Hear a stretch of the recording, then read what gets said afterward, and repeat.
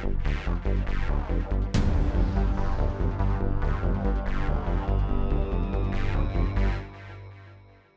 just going to do a popper. It's a small popper used for brim and bass.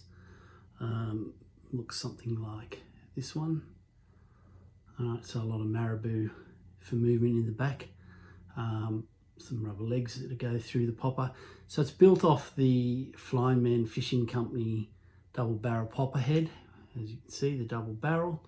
And basically tied on a Gamakatsu B10S hook. This one's got some crystal flash through it. You can tie it with or without. I quite often don't like a lot of flash in my brim surface flies, so I do some with and some without. So that's one with, and there's one without the flash there. All right, so what we're starting with, as I said, Gamakatsu B10S hook. That's a size 4, so fairly small. Obviously some marabou, so the colours I'm using are olive, black and a little bit of orange. Obviously some silly legs, crusher legs, whatever you want to call them. So in this case it's a chartreuse with black. So that's the legs, and obviously the double barrel popper head. Now you'll see on this double barrel popper head I've already put the legs through. I find it easier if you put the legs through prior to putting it on the hook, and there's less chance of you ripping the glue out when you're actually trying to fit the legs. I have also, if you look there, punched the hole through the popper head so that it's fairly easy to slide onto the hook when it's time to do that. The thread I'm using here is just a black 6/0 thread from Danville's, and that's pretty much it in terms of the ingredients. So this popper is, pretty much an all-rounder. It's got lots of movement in the tail. The double barrel popper head pushes a lot of water when you strip it, and as I said, it's really good for brim or for bass. The chartreuse heads are really good. The other thing I finish it off with is a collar. So just a soft hackle feather we'll be using for that collar, directly behind the popper head. So what I usually do is I try to figure out roughly where the head's going to finish once it's on the hook. So I place it on, you'll see there, it's a few millimeters in front of the point of the hook. So I've started the thread and basically wrapped the whole of the hook shank with thread already. Okay, so first thing I'm going to do is put in a little bit of olive marabou to start the tail off. Now the key thing with these poppers and the same with gurglers is don't put too much of the marabou on. You don't want to obstruct the floating action of the popper, and the more material you put on the back, the more likely it is that once it's wet it's going to pull the popper underwater. So just a little bit of marabou. We just tie that in here. Okay,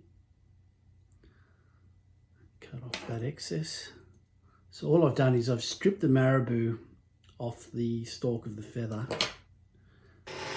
which is the easiest way. So this is just a leftover piece of a marabou, and I just keep the leftovers after, this was probably a piece about that long. And then I use that to palmer on some of my big cod flies, and I keep the backs, the back ends that don't get used to do tails on flies. So that's a little tip in terms of saving some material. So now I'm just going to put a little bit of black over the top.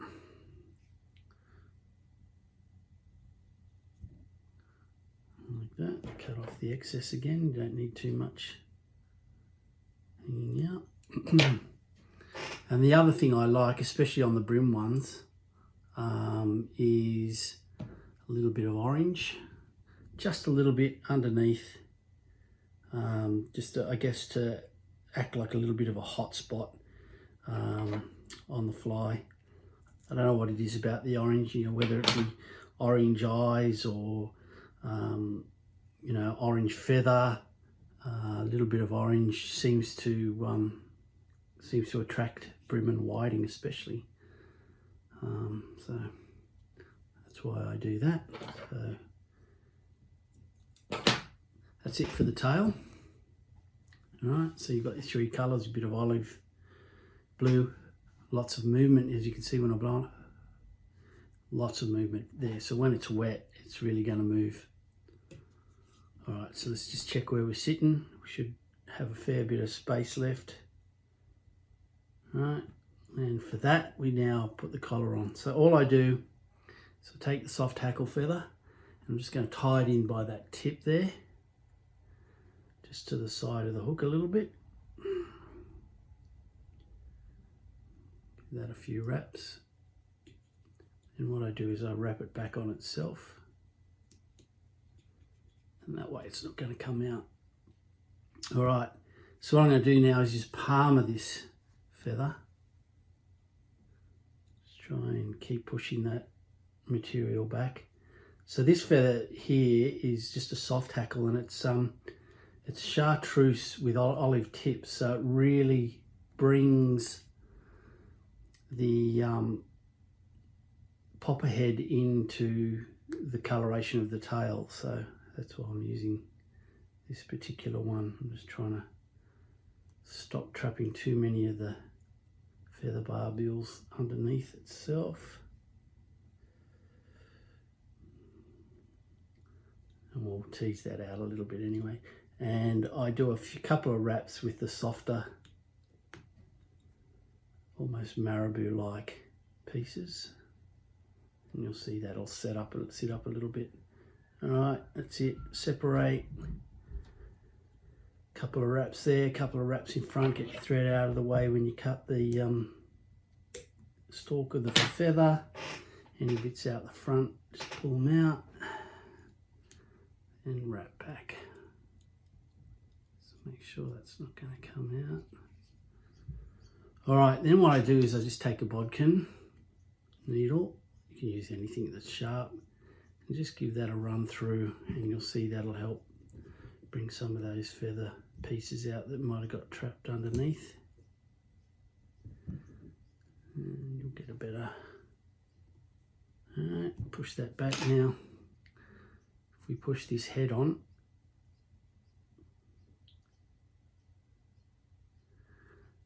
we're in a pretty good position. Right, so you can see how that blends in.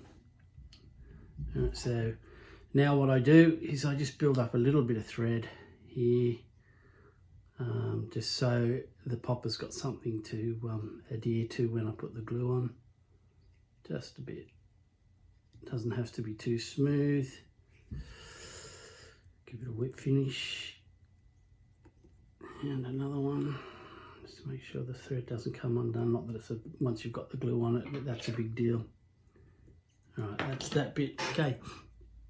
Now for gluing the head on, and the material, the glue I use, I should say, is this Tarzan's Grip Mega Bond. The good thing about this one, it takes about 20 minutes to dry, but the glue kind of expands as it dries, so you don't need a hell of a lot on there. You get a really good bond, but because it expands into the popper head, the popper head, you know, is on really firmly, really tight.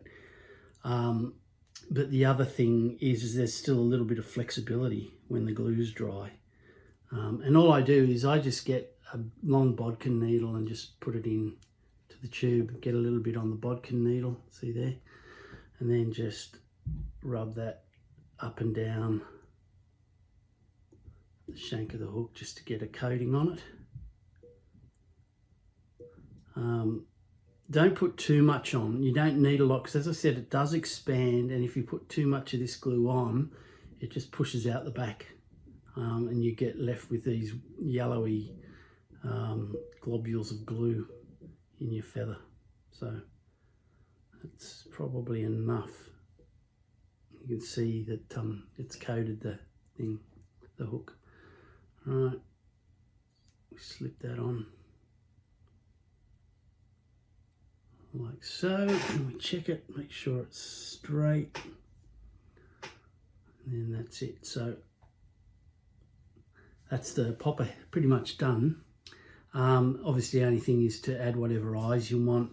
I use either the dragon eyes from Flymen or these little ones that I've got, which are actually glow in the dark with a oval pupil, if you can see that. There you go. So yeah, just 3mm for this size popper head, and this size popper head is the Flyman in the small size. All right, that's it. So that's all that's there. Now once I've done that, the only other thing I do is give it a coat, once the eyes are on, is give the head a coat of this stuff, liquid fusion. It is, you just sort of paint it on and it dries clear, but it is super tough, and it's not like epoxy, it's more like a rubbery sort of finish, but there's no real smell once it's dry. But it really does hold your eyes and everything on. It'll stop your legs falling out, you know, all that sort of stuff. So I recommend that stuff. It's really, really good. I think in Australia, Beast Brushes sells this stuff. So beastbrushes.com.au if you want to get some of that. That's it. Thanks for watching. Enjoy.